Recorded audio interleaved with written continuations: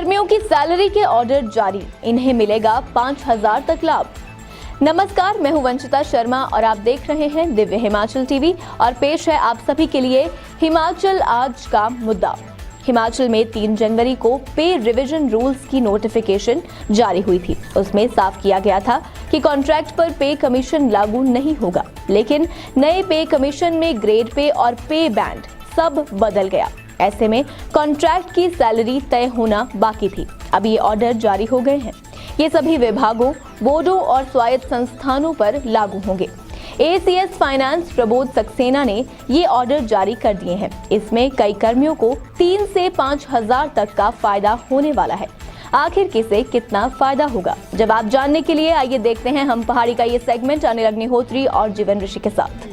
Contract के बाद इन कर्मचारियों की लोहड़ी, जी, तो सबसे पहले आज आप सबको लोहड़ी की बहुत बहुत बधाई हो। कल मकर संक्रांति है, उसके लिए भी आपको बहुत बहुत दिव्य हिमाचल परिवार की ओर से बहुत बहुत बधाई। पहला सवाल मेरा जीवन ऋषि जी के लिए रहेगा, कॉन्ट्रैक्ट कर्मचारियों की दुविधा दूर कर दी है आज सरकार ने। देखिए, पहले अनुबंध काल घटाया और अब सैलरी भी तय कर दी। क्या जानकारी है आपके पास? जी, आज कॉन्ट्रैक्ट कर्मचारियों के लिए बहुत बड़ा दिन है। उनकी सैलरी डिसाइड हो गई है, जिसके लिए बड़ा असमंजस था। हजारों कर्मचारियों को उसका लाभ मिला है। पिछले 3 जनवरी की बात की जाए तो पे रिवीजन रूल्स की नोटिफिकेशन जारी हुई थी। उस समय ये चीज़ साफ हो गई थी कि कॉन्ट्रैक्ट पर पे कमीशन लागू नहीं होगा, लेकिन जब नए पे कमीशन में ग्रे पेड और पे बैंड जब बदल गया तो उसके बाद कॉन्ट्रैक्ट कर्मचारियों की सैलरी तय होना बाकी रह गई थी। इसी पे बड़ा असमंजस था, कर्मचारी दुविधा में थे। तो आज ये ऑर्डर जारी हो गए हैं, तो इससे हजारों कर्मचारियों को इसका फायदा मिला है। जी, इस पे क्या फार्मूला रहा है? जी, कैसे मिलेगा? जी, इसका बड़ा सीधा सा फार्मूला है। जब सवेरे नोटिफिकेशन जारी हुई थी तो उसमें कई सारे लोगों ने सवाल भी किए थे और इसको, लेकिन अब इसमें जो स्थितियां हैं वो बिल्कुल साफ हो गई हैं। इसमें बेसिक का 60% जो है वो उसकी सैलरी होगी। जी, और अगर इसमें कोई कर्मचारी नया विकल्प लेता है तो उसमें बढ़ते हैं, जीवन उसमें बढ़ते हैं। एक बार मैं फिर से क्लियर कर दूं, देखिए 60% फिक्स अमाउंट कर दिया गया है। 60% किसका? जैसे देखिए, नए जो एक आपके मैट्रिक्स आया है उसके हिसाब से जो फर्स्ट सेल है ना पे मैट्रिक्स का, उसका 60%, या जैसे आप ये कह रहे हैं कि जैसे जीवनश्री ने आपको बताया कि बेसिक, ये लगभग, और इसमें सबसे बड़ी बात है जीवनश्री की, हम दर्शकों को भी बता दें कि कर्मचारियों को जो अनुबंध पर है उस पर कोई नुकसान तो होता नहीं दिख रहा है। आगे फायदा क्या होगा वो जैसे ही अभी शायद और उम्मीद है कुछ चेंज होने की, वो कुछ हो जाता है तो पता लग जाएगा। लेकिन ये एक असमंजस पहले ये बन रहा था कि जो जितना अभी तक सेट अमाउंट उनको मिल रहा है कॉन्ट्रैक्ट पे, उसका 60% बढ़ गया। तो पहले तो बड़ी दिवाली, लोहड़ी के दिन ही दिवाली मनाई जाने लगी थी, लेकिन ऐसा नहीं है। हाँ, लेकिन उसके बावजूद हम ये कह जाएं कि नुकसान तो नहीं है कॉन्ट्रैक्ट पे कर्मचारियों का। अच्छा जीवनश्री, ये फॉर्मूला लागू हुआ है 1 जनवरी 2022 से, मतलब आज से 12 दिन पहले या 13 दिन पहले, जब भी आप रख दीजिए। यानी कि इस तिथि या इसके बाद जो भी कॉन्ट्रैक्ट पे कर्मचारी आएगा उसको इस फॉर्मूला के हिसाब से भुगतान होगा। सीधी सी बात है, इसमें कोई और कोई रास्ता नहीं है। लेकिन जो लोग पहले से अभी कॉन्ट्रैक्ट पीरियड में हैं, जिससे पहले अपॉइंट हुई है, उनके पास जो है, उनके पास एक ऑप्शन है जी, सरकार ने दी है। वो क्या ऑप्शन है? जी, अगर वो नए विकल्प को लेते हैं तो उनका दोबारा से कॉन्ट्रैक्ट लेना होगा, लेकिन इसका मतलब ये नहीं है कि उनका पूरा कॉन्ट्रैक्ट पीरियड पूरा करना पड़ेगा। उन्हें सिर्फ इसको कॉन्ट्रैक्ट लेना होगा और ये पीरियड लागू नहीं होगा। यानी उन्हें दोबारा से 2 साल पूरे नहीं करने पड़ेंगे अगर किसी के 2 साल का कॉन्ट्रैक्ट है तो। और इसमें उनको फायदा क्या होगा? अगर टीचिंग की ही बात की जाए तो उसमें 3 से 5,000 तक कर्मचारी को बेनिफिट मिलने जा रहा है। कर्मचारी को बेनिफिट मिलने जा रहा है। इसके लिए आपको जैसे जीवन ऋषि ने बताया कि करना क्या है आपने, अभी खैर रूल बड़े, अभी जो नोटिफिकेशन है उसके हिसाब से गए, मैं सिर्फ 4 लाइनों में बात कही गई है। इसको बड़े विस्तृत ढंग से शायद विभाग ही बताएगा, सरकार ही बताएगी सभी विभागों के लिए। इसमें आपको ये करना है कि देखिए, आपने ऑलरेडी अपना कॉन्ट्रेक्चुअल पेपर जो सबमिट कर रखे होते हैं। हर साल कॉन्ट्रैक्ट एम्प्लॉय को वो पेपर देने होते हैं। अब तो खैर 2 ही साल का कॉन्ट्रैक्ट हो गया, लेकिन देने 3 साल भी बढ़ सकते हैं, 3 बार भी बढ़ सकते हैं, क्योंकि ज़रूरी नहीं है जिस दिन आपके 2 साल पूरे होते हैं उसी दिन। तो आपका अगर मान लीजिए 1 साल हो गया है, 1 साल भी नहीं हुआ है और आप 1 जनवरी से पहले के एम्प्लॉय इसमें आप ड्यूटी पे हैं, तो आपको फिर से अपना वो डॉक्यूमेंट के जो डॉक्यूमेंट है, आपने जो कॉन्ट्रेक्चुअल अपना HOD को सौंप रखा है, वो दोबारा से देना होगा। उसमें मेंशन करना होगा जी हमें नए हिसाब से, जो मैट्रिक्स के हिसाब से अभी 60% जो आपका डिसाइड हुआ है वो दीजिए। तो उसमें आपके ऊपर है, आपको जो अच्छा लगता है। जैसे अभी आपको बताया कि शायद टीचिंग में कितना बताया आपने को, जी 3 से 5 हज़ार तक बेनिफिट होगा जी, 3 से 5 हज़ार। यानी अगर किसी TGT है और उसकी 19,700 है अभी, जी जी अभी यही है, तो वो 22,500 प्लस हो जाएगी, 22,500 प्लस पे चला जाएगा। और इसमें एक चीज़ और है कर्मचारियों के लिए बड़ी राहत भरी कि ACS फाइनेंस प्रबोध सक्सेना ने जो ऑर्डर जारी किए हैं वही मान्य होंगे, इसके लिए कोई सेपरेट ऑर्डर जारी होने वाले नहीं है। तो यही एक तरह से फाइनल ऑर्डर है। कर्मचारियों के लिए बड़ी राहत की बात है। देखिए आपको इंतजार नहीं करना पड़ेगा कि अपने विभाग से अलग से ऑर्डर आएंगे या कुछ आएगा, मतलब ये तय हो गया है एक ही ऑर्डर के साथ फाइनेंस सेक्रेटरी की तरफ से कि आपको अधिसूचना मिल गई है, अब आप जब भी चाहें अपना गुणा भाग कर लें और उस हिसाब से वहाँ जाए। अच्छा जीवऋषि, ये तो बात हो गई कॉन्ट्रैक्ट कर्मचारियों की। देखिए सबसे पीछे ये माना जा रहा था कि कॉन्ट्रैक्ट कर्मचारियों का काम होगा जी, लेकिन सारे काम कॉन्ट्रैक्ट कर्मचारियों के पहले हो रहे। पहले आपका जो आपका कॉन्ट्रैक्ट पीरियड था वो घटा के कर दिया गया 3 से 2 साल, और अब सबसे पहले अगर पे बैंड पे जो भी आपका जो भुगतान होना है उस पर भी फैसला हो गया। अब अभी प्रतिक्रिया आएगी कि कॉन्ट्रैक्ट कर्मचारी इस पर क्या प्रतिक्रिया देते हैं, लेकिन कॉन्ट्रैक्ट 2 साल का है तो हमें ये लगता है कि बिना मतलब ये कर्मचारियों को लगभग मंजूर होगा। लेकिन असली बात है उन कर्मचारियों की जो नियमित है और छठे पे कमीशन को लेके जिनको ये लग रहा था कि ये तो हमारा हक है, नाखुश हैं, हम पहले भी लगातार चर्चा करते आ रहे हैं जी, वो नाखुश हैं, उनको कुछ राहत मिलेगी? क्या लगता है आपको, कुछ करेगी सरकार उनके लिए?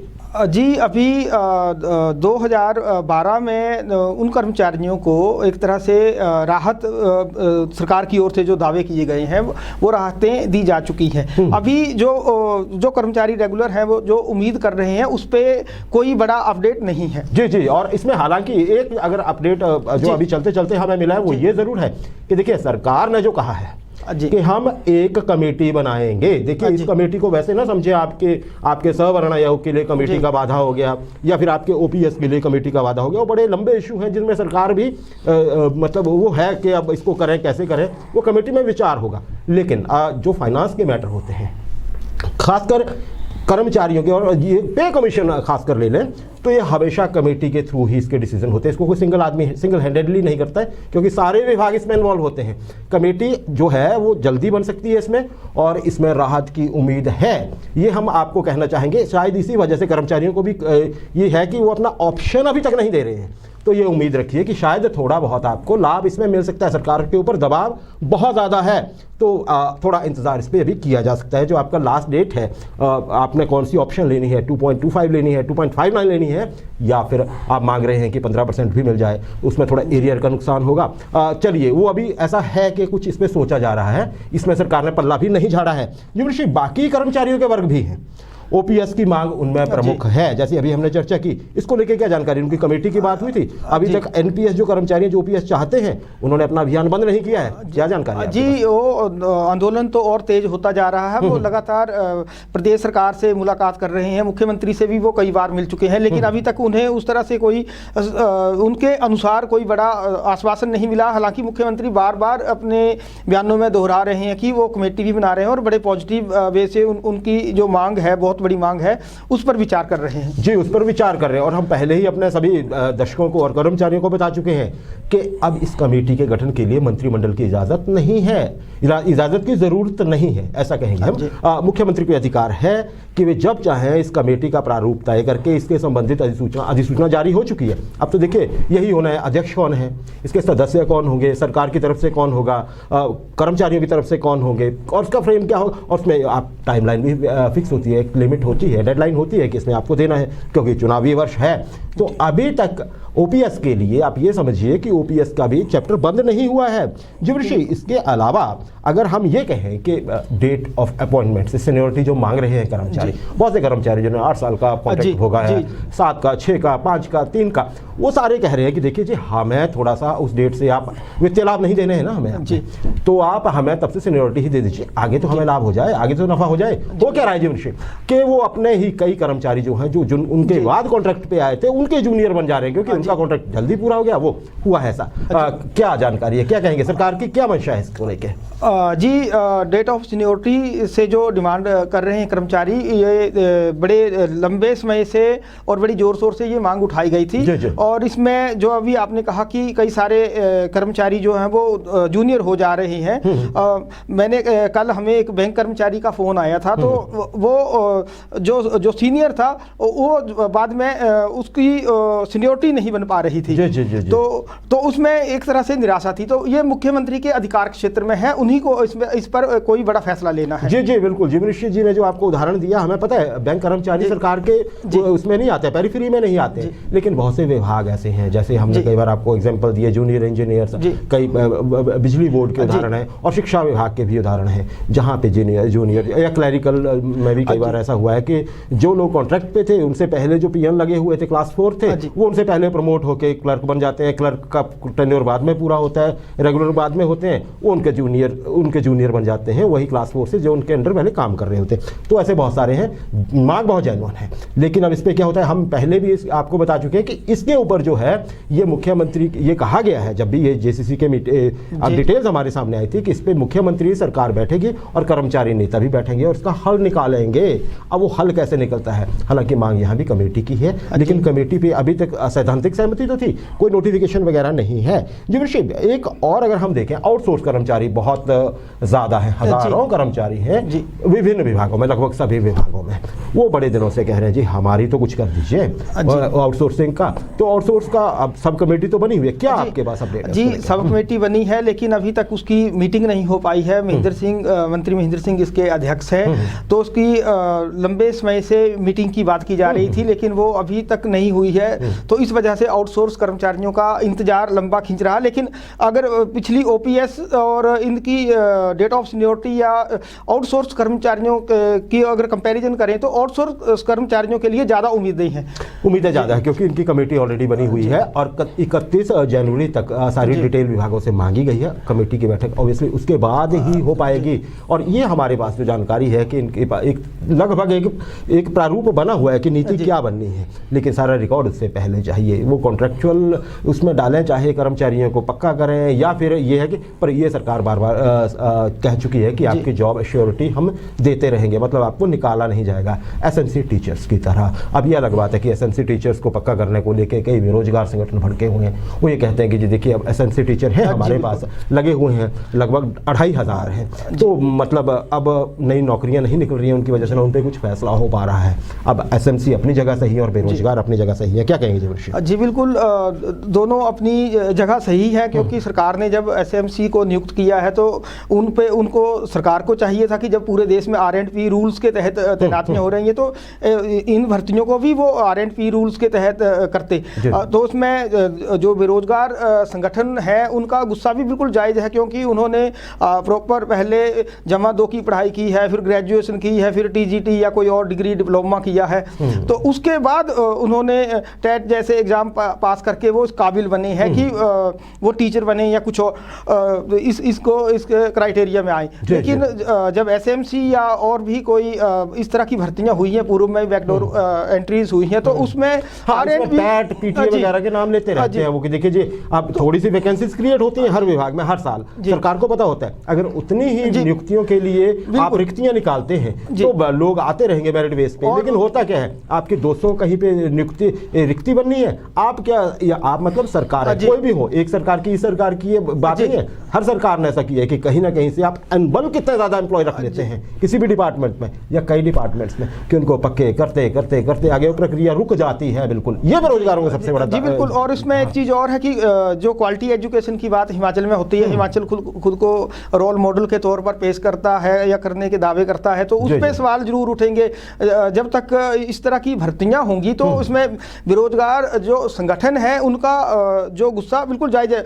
अगर ह्यूमैनिटी से देखा जाए तो एसएमसी की भी सरकार को देखना चाहिए, लेकिन उसमें जो बेरोजगार संगठन है उनका पलड़ा जरूर भारी है। जी जी, और इसमें हमें ये भी ध्यान रखना चाहिए कि जब भी हमें मौका मिलता है पिछले दरवाजे से घुसने का, तो हम वहाँ पे भी कंपटीशन लगा देते हैं, पूरी अप्रोच लगती है, भुगतना पड़ता है ऐसी स्थिति में आके।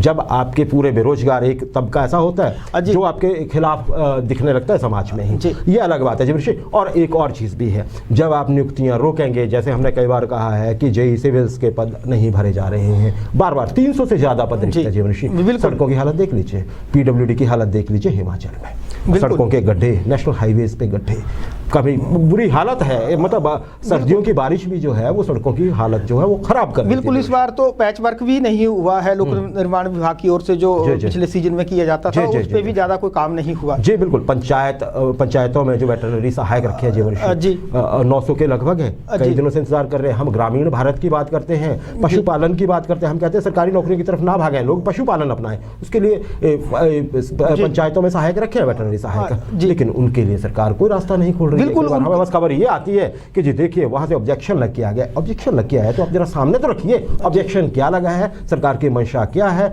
अब इन लोगों के पास तो इंतजार ये रह जाता है कि बाकी सबका कॉन्ट्रैक्ट 2 साल में पक्के होने वाले हैं, हो ही गए हैं समझ लीजिए, लोग भर रहे हैं अपना, और ये लोग सालों से लगे हुए हैं, इनको ये पता नहीं है कि इनका होने क्या वाला है। जीवऋषि क्या कहेंगे इनके बारे में?